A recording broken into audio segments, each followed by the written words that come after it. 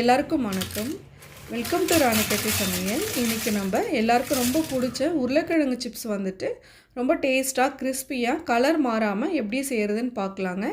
இது வந்து தண்ணியில் போட்டு அலச வேண்டாம், வெயிலில் காய வைக்க வேண்டாம். ரொம்ப ஈஸியான மெத்தடில் எப்படி செய்கிறதுன்னு பார்க்கலாம் வாங்க. இப்போ சிப்ஸு செய்ய நான் உருளைக்கிழங்கு வந்து எடுத்து வச்சுருக்கேன். இந்த உருளைக்கிழங்கு வந்துட்டு சிப்ஸுக்காகவே வர உருளைக்கிழங்கு. இது பீட்ரூட் உருளைக்கிழங்கு அப்படின்னு சொல்கிறாங்க. மற்ற உருளைக்கிழங்கெல்லாம் வந்துட்டு உங்களுக்கு ரூ. 40 அந்த மாதிரி ரேட் இருந்ததுன்னா இது ஒரு ரூ. 20 தான் இருக்குது. ரேட்டு ரொம்ப கம்மியாக இருக்குது. அதனால் சிப்ஸுக்குன்னு உருளைக்கிழங்கு வந்து தனியாகவே வருது. அதை வாங்கும்போதே நம்ம கேட்டு வந்து வாங்கினோம்னா உங்களுக்கு சிப்ஸ் வந்து நல்லா வெயிலில் காய வைக்காமல் அலசாமல் ரொம்ப ஈஸியாக செஞ்சிடலாம். இந்த மாதிரி எல்லா உருளைக்கிழங்கையும் நம்ம தோல் சீவிட்டு எடுத்துக்கலாம்.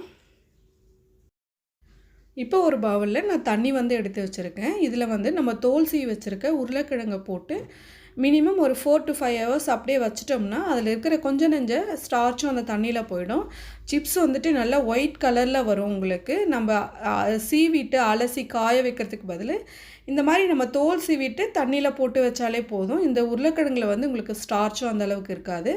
இப்போ இது ஒரு 4-5 மணி நேரம் வச்சு எடுத்துக்கலாம். அடுத்தது ஒரு பவுலில் 1 டீஸ்பூன் அளவுக்கு நான் கல்லுப்பு போட்டிருக்கேன். அதில் ஒரு 1/4 கப் அளவுக்கு தண்ணி ஊற்றி நல்லா கரைச்சி எடுத்துக்கலாம். நம்ம சிப்ஸை வந்து எண்ணெயில் வேக வைக்கும் போது இந்த தண்ணி வந்துட்டு ஒரு 1/4 டீஸ்பூன் அளவுக்கு விட்டுட்டோம்னா உருளைக்கிழங்கு சிப்ஸ் வந்து ரொம்ப டேஸ்ட்டாக இருக்கும். இப்போ இது ஊற வச்சு ஒரு 5லேருந்து 6 மணி நேரம் ஆகிடுச்சு. நான் காலையில் 9 மணிக்கு தண்ணிக்குள்ளே போட்டேன். இப்போ ஒரு 4 மணி போல் ஆகிடுச்சு. இப்போ இதை டைரெக்டாக எடுத்து அப்படியே நம்ம எண்ணெயில் சீவி போட வேண்டியதுதான். இப்போது ஆயில் வந்துட்டு நல்லா காஞ்சிருச்சு. இப்போ நான் டைரெக்டாகவே அப்படியே வந்துட்டு ஆயிலில் சீவி போட போகிறேன். நம்ம தனியாக வச்சு சீவறதுனாலும் சீவலாம். இந்த மாதிரி உருளைக்கிழங்கு சிப்ஸுக்காக சீவர கட்டைனா உங்களுக்கு ஈஸியாக இருக்கும். இல்லைனா நம்ம சில்வரில் அந்த மாதிரி நம்ம வீட்டில் எப்போவும் இருக்கிறது இருந்ததுன்னா நம்ம தனியாக சீவிட்டோம் அதுக்கப்புறமும் வந்துட்டு ஆயிலில் போடலாம். அது நம்மளோட விருப்பம் தான். இப்போ பார்த்திங்கன்னா நான் சீவிறேன். அப்போவே உங்களுக்கு கலர் பார்த்திங்கன்னா நல்லா ஒயிட்டாக இருக்குது. இந்த 2-3 டிப்பை மட்டும் நம்ம யூஸ் பண்ணோம்னா நம்ம உருளைக்கிழங்கு சிப்ஸ் வந்து வீட்லேயே ரொம்ப சூப்பராகவும் டேஸ்ட்டாகவும் நல்லா ஒயிட்டாகவும் செய்யலாம். உருளைக்கிழங்கு வாங்கும்போது சிப்ஸுக்குன்னு சொல்லி கேட்டு வாங்கணும். அப்புறம் சீவிட்டு கொஞ்சம் நேரம் தண்ணியில் ஊற வச்சோம்னாவே போதும். இப்போ நான் எல்லாத்தையும் சீவி முடிச்சிட்டேன். உடனே வந்துட்டு கரண்டி போட்டோம்னால ஒன்றோடு ஒன்று ஒட்டிக்கும். அப்புறம் சிப்ஸ் எல்லாம் மடிஞ்சிக்கும். ஒரு 3/4 பாகம் வேகிற வரைக்கும் நம்ம வெயிட் பண்ணலாம்.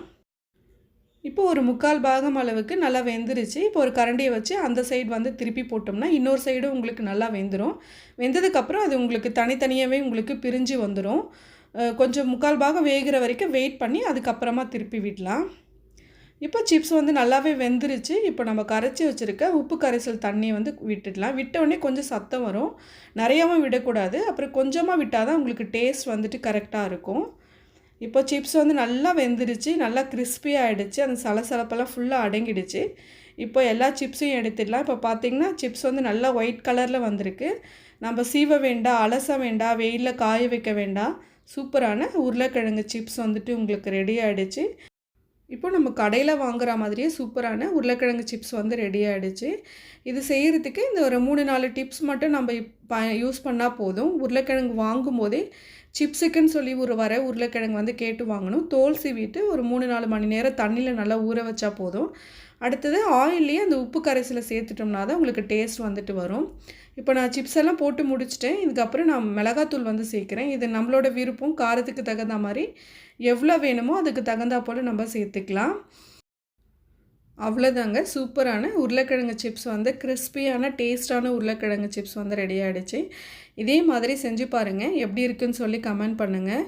இந்த வீடியோ உங்களுக்கு பிடிச்சிருந்தா லைக் பண்ணுங்கள். மறக்காமல் எங்கள் சேனலுக்கு சப்ஸ்கிரைப் பண்ணுங்கள். பக்கத்தில் இருக்கிற பெல் ஐக்கானை கிளிக் பண்ணிட்டீங்கன்னா நாங்கள் வீடியோ போட்ட உடனே உங்களுக்கு நோட்டிஃபிகேஷன் வரும். தேங்க்யூ.